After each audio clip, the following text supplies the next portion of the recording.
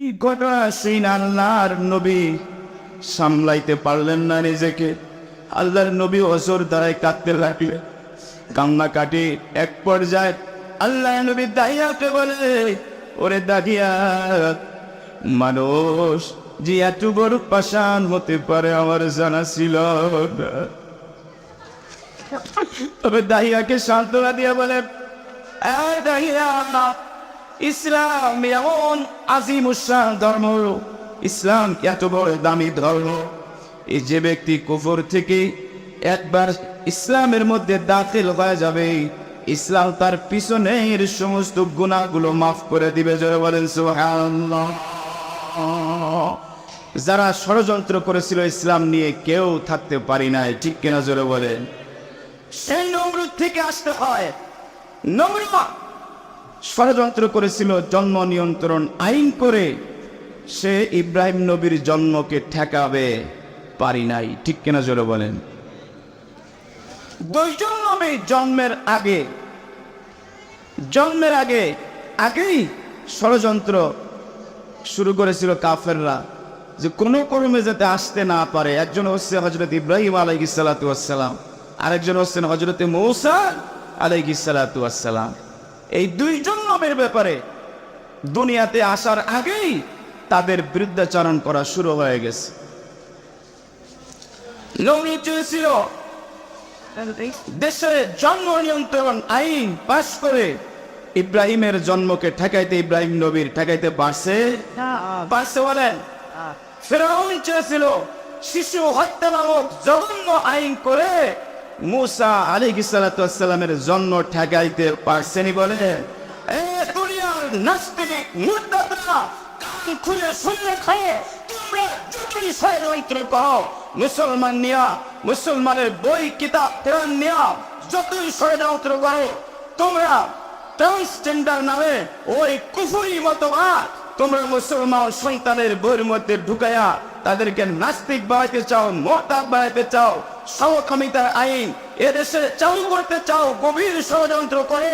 তোমাদের পূর্বে যারা ইসলাম নিয়ে, ইসলামের কিতাব নিয়ে ষড়যন্ত্র করেছিল, তারা কিন্তু দুনিয়ায় থাকতেও পারি নাই। এমন একদিন আসবে তোমরা তো নিয়ে থাকবা না, ঠিক কেন জন্য বলেন। ইসলাম ছিল, ইসলাম আছে, ইসলাম থাকবে, কিন্তু নাস্তিক মুরতাদ তোমরা থাকবা না। চলে বলেন ঠিক কিনা? এই দুনিয়ায় বাংলার জমিনে তোমাদের ঠাই হবে না। হুঁশিয়ার হয়ে যাও, সাবধান হয়ে যাও। যতই ষড়যন্ত্র করো লাভ হবে না, তুমিও চলে যাবা। আজকে আমি যে তারা আমার নবীকে এমন কোনো কষ্ট নাই যা দিই নাই, ঠিক কিনা জোরে বলেন। এমন কোনো কষ্ট নাই যে তাদের দিয়ে নেই, কিন্তু আজকে তাদের ঠিকানা কোথায়? জাহান্নাম, ঠিক কিনা জোরে বলেন। আমি মাঝে উমরায় গেছি, দেখি আবু জেহেলের বাড়িতে সেখানে টয়লেট করছে, টয়লেট বানানো। টয়লেট আমি গুনে শেষ করতে পারলাম না, এত টয়লেট। হাজিরা ওয়াজ কইরা, সাফা মারওয়া সাই কইরা, এরপরে আপনার সেখানে মলমূত্র ত্যাগ করে প্রসাব পায়খানা করে। কিয়ামত পর্যন্ত, কারণ আবু জেহেল আমার নবীর দুশমন ছিল, উতবা সাইবা আমার নবীর দুশমন ছিল, ঠিক কিনা জোরে বলেন। আর যে বলে ঠিক কিনা?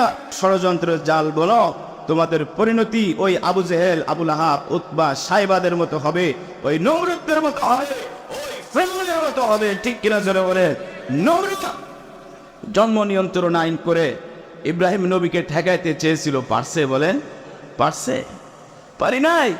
গণকরা আয়েশা যখন বলল যে বাদশাহ আমদার, তারা তো খোদা কইতো, নাউজুবিল্লাহ, তাই না? নমরুদ তো দাবি করছে যে আনা রব্বুকুমুল আ'লা, নাউজুবিল্লাহ বলে। নমরুদ কয় আমিও সবচেয়ে বড় খোদা, নাউজুবিল্লাহ বলে।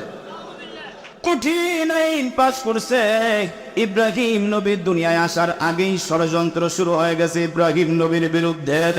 গণকরা আয়েশা যখন বলল বাদশাহ নামদার, বাদশাহ, তারা তো বলতো খোদা, কয় খোদা, কয় আমরা আসমানের তারকারাজি গুনে পড়ে দেখলাম আপনার রাজ্যে আগামী 2 বছরের মধ্যে এমন এক বালকের জন্ম হবে, আবির্ভাব হবে, যে হবে আপনার বিপদের কারণ, সে হবে আপনার বড় শত্রু, আপনার ক্ষমতা তছনছ করে দিবে, সে আপনার বিরোধিতা করবে, চরমভাবে আপনার বিরোধিতা করবে।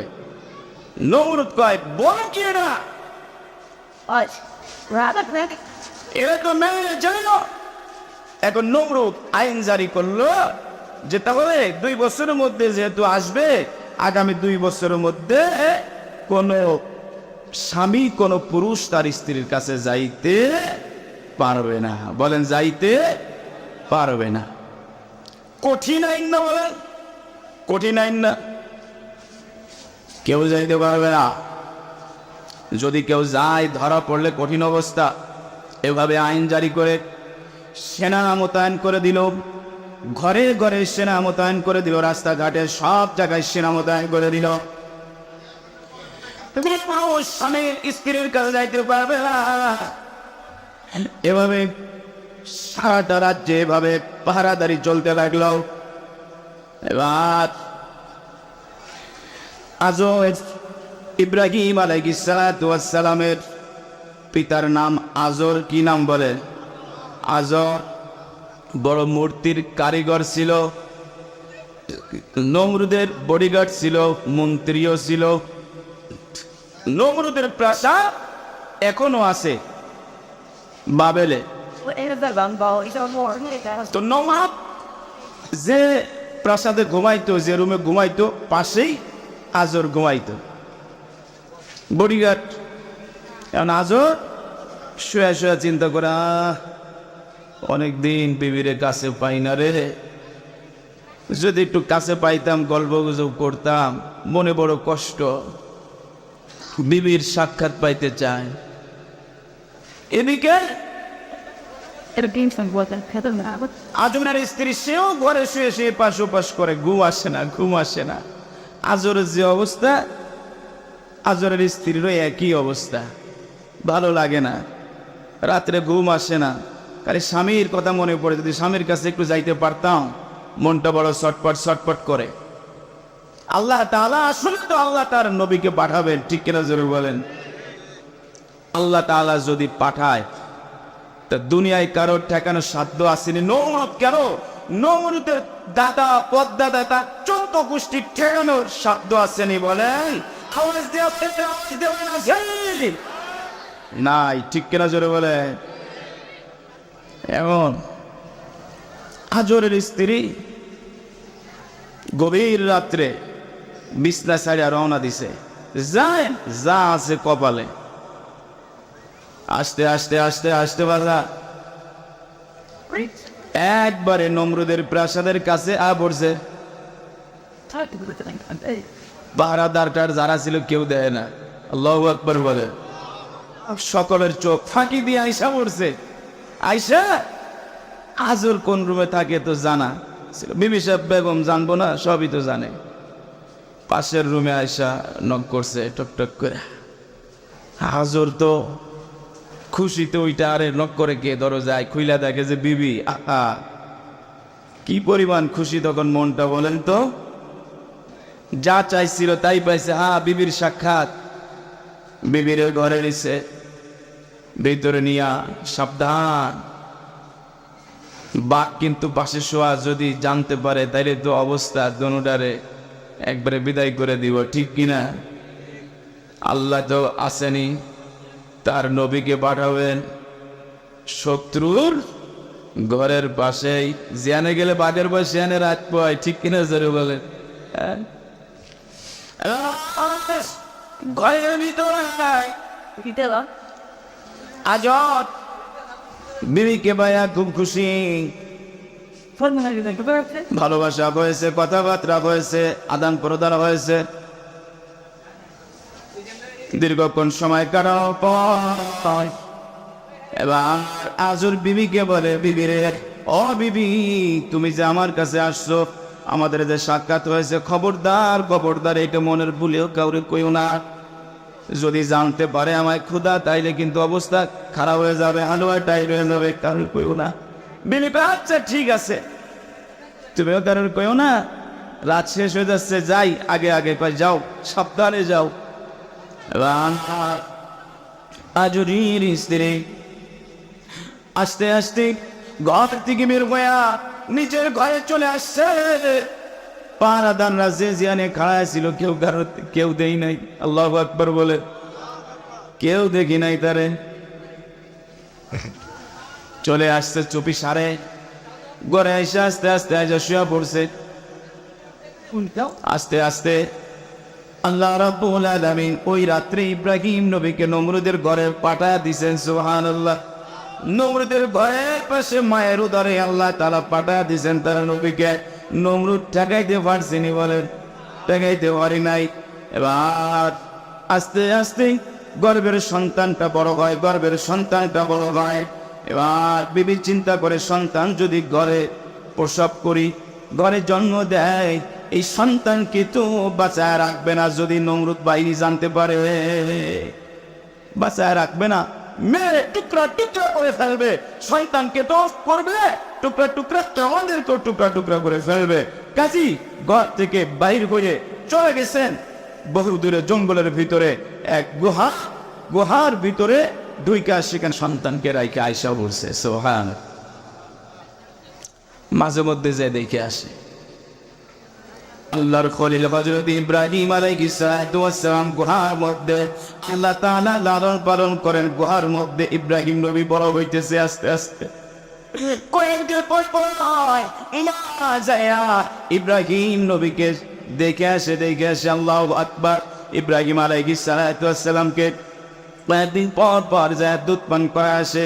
ইব্রাহিম আলাইহিস সালামকে আল্লাহ তাআলা কুদরতি ভাবে খানা খাওয়াইতেন। যেন বলেন সুবহানাল্লাহ। গুহার ভিতরে আল্লাহ রাব্বুল আলামিন ইব্রাহিম নবী আলাইহিস সালামকে কুদরতি ভাবে 5টা আঙ্গুল দিয়া 5 ধরনের খাবার বের হইত। যেন বলেন সুবহানাল্লাহ। এক আঙ্গুল দিয়া মধু বের হইত, আর এক আঙ্গুল দিয়া স্বচ্ছ জান্নাতের স্বচ্ছ পানি। সুবহানাল্লাহ।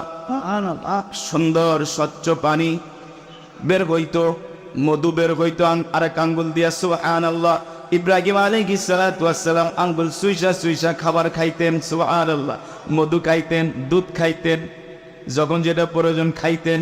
আল্লাহু আকবার। এইভাবে আল্লাহ তাআলা তার খলিলকে আল্লাহ তাআলা কুদরতি ভাবে গুহার মধ্যে আল্লাহ তাআলা পর করেছেন। মাঝে মধ্যে আজরের স্ত্রী ইব্রাহিম আলাইহিস সালামের আম্মা যে দিকে আসতে, কিন্তু বাড়ি নিতে পারে না, কারণ বাড়ি নিলে তো মুশকিল, ঠিক কিনা? বাড়ি নিলে তো মুশকিল। যাই হোক, ইব্রাহিম আলাইহিস সালামকে আল্লাহ তাআলা দুনিয়ায় পাঠালেন। এদিকে গলক একদিন আইসা কয় যে খোদা সর্বনাশ হয়ে গেছে। সকাল সকালে এসে কয় কি সর্বনাশ? সর্বনাশ হইল আপনার শত্রুতে দুনিয়া আয়া পড়ছে। আল্লাহু আকবার। আপনার শত্রুতে দুনিয়া আয়া পড়ছে, কি করবেন? সব জায়গায় যে সেনা সৈন্য মোতায়েন করি নাই, এরা কি কাম করে? কেমনে এলো? কয় যে করে হোক আয়া পড়ছে, এমন ব্যবস্থা কি করবেন সেটা করেন, এত চিল্লা পাল্লা না কইরা।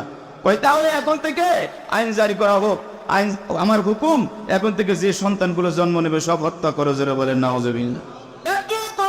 এত ব্যবস্থা, এত সিকিউরিটি, এত কিছু দিয়াও পারি নাই, ঠিক কিনা? জোরে বলেন আল্লাহু আকবার। ইব্রাহিম আলাইহিস সালাম গুহার মধ্যে বড় হন। আস্তে আস্তে আস্তে আস্তে ইব্রাহিম আলাইহিস সালাম বুঝতে শিখলেন, কারণ নবীরা ছোটবেলা থেকেই বিচক্ষণ হয়, ঠিক কিনা? জোরে বলেন ছোটবেলা থেকে বিচক্ষণ হয়। হযরতে আল্লাহর খলিল হযরত ইব্রাহিম আলাইহিস সালাম এবার গুহার মধ্য থেকে বাইর হইয়া চতুর্দিকে হাঁটতে থাকে, দেখতে থাকে আল্লাহর দুনিয়া। মনের ভিতরে একটা প্রশ্ন আসছে, ছোট্ট মানুষ, যে আমাকে কে সৃষ্টি করলো? সুবহানাল্লাহ। আমাকে কে সৃষ্টি করলো? আমারে কে বানাইলো? আসমান কে বানাইলো? এই গাছপালা, নদী নালা, খাল বিল, এই পাহাড়, উঁচা উঁচা পাহাড় কে সৃষ্টি করলো? এগুলা তো এমনি এমনি হয় নাই, এগুলা তো একজন কারিগর আছে। জোরে বল আছে না? না আছে। এগুলো একজন কারিগর আছে। হযরত ইব্রাহিম আলাইহিস সালাম এই কারিগরকে সন্ধান চায়। ইব্রাহিম আলাইহিস সালাম চায় যে তার রবকে কে তাকে বানাইছে, কে তাকে লালন পালন করে। আল্লাহু আকবার। ইব্রাহিম আলাইহিস সালাতু ওয়াস সালাম গুহার থেকে বের করে রাত্রিবেলা যখন তারকা দেখলেন, চিন্তা করছেন এটা হয়তো আমার রব। প্রথম যখন আকাশ দেখছেন দিনের বেলা মনে করছে এটা হয়তো আমার রব, কিন্তু এরপরে যখন রাত্রে বেলা আকাশ দেখা যায় না তখন চিন্তা করছে না না এটা আমার রব হইতে পারে না, এটা রব হইতে পারে না, জমিনও আমার রব হইতে পারে না, আকাশও আমার রব হইতে পারে না, গাছপালা কিছুই আমার রব হইতে পারে না, কারণ এগুলার কোনো অস্তিত্ব নাই, এই আছে এই নাই। রাত্রে বেলা যখন তারকা দেখলো, তারকারাজি এগুলা দেখা চিন্তা করছে যে এটা হয়তো আমার রব হবে, কিন্তু যখন সকালবেলা যখন দেখে তারকারাজিগুলো হারায় গেছে, কয় না না আমার এটা রব নয়, রবের সিফাত তো এইটা না, রবের গুণ তো এইটা না, কারণ রব যিনি হবেন তিনি সদা সর্বদা স্থির থাকবেন, এই আছে এই নাই এটা রব হইতে পারে না। ঠিক কি বলছেন? হযরত ইব্রাহিম আলাইহিস সালাম যখন চন্দ্র দেখলেন মনে করলেন এটা হয়তো আমার রব, কিন্তু সকালবেলা যখন চন্দ্রটা হারায় গেল এখন উনি বলে না না এটা আমার রব না, এটা আমার রব না। এবার দিনের বেলা যখন সূর্য দেখলো, সূর্যের কিরণ চন্দ্রের চেয়ে আরো ধারালো, উনি মনে করছেন এটাই হয়তো আমার রব হবে, কিন্তু সন্ধ্যাবেলা যখন সূর্যের কোনো অস্তিত্ব বিলীন হয়ে গেল, সূর্যের কোনো অস্তিত্ব থাকলো না, অস্তিত্ব বিলীন হয়ে যাওয়ার পরে ওনার বুঝে আসলো না না এটা আমার রব না, আমার রব অবশ্যই অবশ্যই একজন আছেন। ঠিক কিনা জোরে বলেন? আছেন। আমরা কি কখনো চিন্তা করি যে আমার রব কে? হ্যাঁ, কবরে গেলে সর্বপ্রথম প্রশ্ন হবে এইটা, আমার রব্বুক, তোমার রবকে। ঠিক কিনা জোরে বলেন? আমার বাবাজিরা বন্ধুরা, হযরত ইব্রাহিম আলাইহিস সালাতু ওয়াস সালাম আস্তে আস্তে বড় হচ্ছেন, মনের মধ্যে নানাবিধ প্রশ্ন। মারে আস্তে আস্তে একদিন বাড়িতে নিয়ে গেছে, বাড়িতে নিয়ে যাওয়ার পরে মারে প্রশ্ন করে, মা বলো তো আমার রবকে? কয় তোমার রব আর কেরা? তোমার রব তো আমরা, তোমার বাবা আমি, আমরা তো তোমারে খাওয়াই, আমরাই তো তোমারে লালন পালন করি, আমরাই তো তোমার রব। কয় তোমাদের রব কে? কয় আমাদের রব হলো নমরুদ। নাউজুবিল্লাহ বলে আমাদের রব হচ্ছে নমরুদ, নমরুদ তো আমাদের খোদা, আমরা তো তারা খোদা মানি, কারণ নমরুদ এসে আমাদের লালন পালন করে, নমরুদই আমাদের রব। এবার ইব্রাহিম আলাইহিস সালাতু ওয়াস সালাম মাকে ডাক দিয়ে বলে, তাহলে নমরুদ, নমরুদ যদি তোমাদের রব হয় তাহলে নমরুদ তো একজন সৃষ্টি, তো নমরুদের রবকে? নমরুদ তো তোমাদের মতোই মানুষ, নমরুদের রবকে? মায়ার কোনো উত্তর দিতে পারে না। কয় তোর বাবা আসুক উত্তর দিবে। বাবা কি আসুক উত্তর দিবে। আজর যখন ঘরে আসলো, আজরকে বলে ও শুনছনি? কয় কি? সন্তান কেমন জানি কি প্রশ্ন করে, আমি উত্তর দিতে পারলাম না। শোনো তো, ইব্রাহিম আলাইহিস সালাম ওরকম বাবাকে যখন বলছে, তো বাবাও আটকা গেছে। বাবা কি গেছে? আটকে গেছে, উত্তর তো নাই, আসেনি বলেন। তো এইভাবে রবের সন্ধান, হ্যাঁ, ইব্রাহিম আলাইহিস সালাতু ওয়াস সালাম সন্ধান খুঁজতে খুঁজতে, রবকে খুঁজতে খুঁজতে রবকে পাইছে, বুঝছে যে নমরুদ যে খোদাই দাবি করে এটা ভণ্ডামি ছাড়া আর কিচ্ছু না। ঠিক কিনা জোরে বলেন? এখন একদিন আদর তো সুন্দর করে মূর্তি বানায়, কাঠ কাইটা কাইটা মূর্তি বানায়। একদিন ইব্রাহিম আলাইহিস সালাম রে জুড়ির মধ্যে মূর্তি না কিছু দিয়া কয় যাও বাবা এটা বাজারে বিক্রি করে আসতো। ইব্রাহিম আলাইহিস সালাম নবী তো এগুলো পছন্দ করতেন না। বিভিন্ন জায়গায় বিভিন্ন মানুষের সামনে এই মূর্তি উনি বলতেন যে এগুলা নিজেরা বানায় নিজেরা কাইটা সাইটা পূজা করো, এ তোমাদের কোনো উপকারও করতে পারে না, অপকারও করতে পারে না, এগুলা কেন করো তোমরা খামাখা? তো জুড়ির মধ্যে মূর্তি না দিয়া কয় ইব্রাহিম রে, ইব্রাহিম যাও এটা বাজারে বিক্রি করে আসো। আর বাবার হুকুম পালন তো করতে হয়, ঠিক কিনা? মনে না চাইলেও হযরত ইব্রাহিম আলাইহিস সালাতু ওয়াস সালাম জুড়িটা মাথায় করে নিয়া কিছু দূরে যা দিছে, সব ফালাইয়া ফালাইয়া দিয়া আর রশি বাঁধছে, একটা আরেকটার লগে রশি বাঁধছে, রশি বান্ধা এরপরে রশিটা ঘাড়ে নিয়া টানতে টানতে টানতে টানতে বাজারের দিকে নিয়ে যাচ্ছে। নিয়ে যায় বাজারে উঠাইছে, বাজারে উঠাইয়া মানুষের জিজ্ঞাসা করতেছে, ইব্রাহিম আরে আমার সর্বনাশ কেমনে হইল? কয়েছে জিগাও এদের কাছে, এরা ক্ষমতা দেখাইছে, শক্তি দেখাইছে, দুনিয়ায় আছে না শক্তি দেখায়, পাওয়ার দেখায়, এরা এরকম পাওয়ার দেখাইছে, দেখো শক্তি দেখাইতে দেখাইতে এদের মধ্যে গুতাগুতি লাগতে লাগতে নিজেরা নিজেরা ঝগড়া করছে, শক্তি দেখাইছে। এখন এই অবস্থা দেখো, কারোর হাত নাই, কারোর নাক নাই, কারোর কান নাই, কারোর পা নাই, এই বেহাল দশা। কোনো ক্ষমতা আসেনি, এরা কি মারামারি করতে হবে? এরা কি ক্ষমতা দেখাইতে পারে? হ্যাঁ, এটাই তো আমার পয়েন্ট। যদি তাই না পারে তাহলে বুকার মতো কেন তোমরা এদেরকে মানো? ঠিক কেন জোরে বলে? তো যাই হোক, ঘটনা অনেক বড় লম্বা। ইব্রাহিম আলাইহিস সালাতু ওয়াস সালাম মূর্তি পূজা দুনিয়ার থেকে বিদায় করে দেওয়ার জন্য আসছেন। ঠিক কিনা জোরে বলেন? ঠিক কিনা?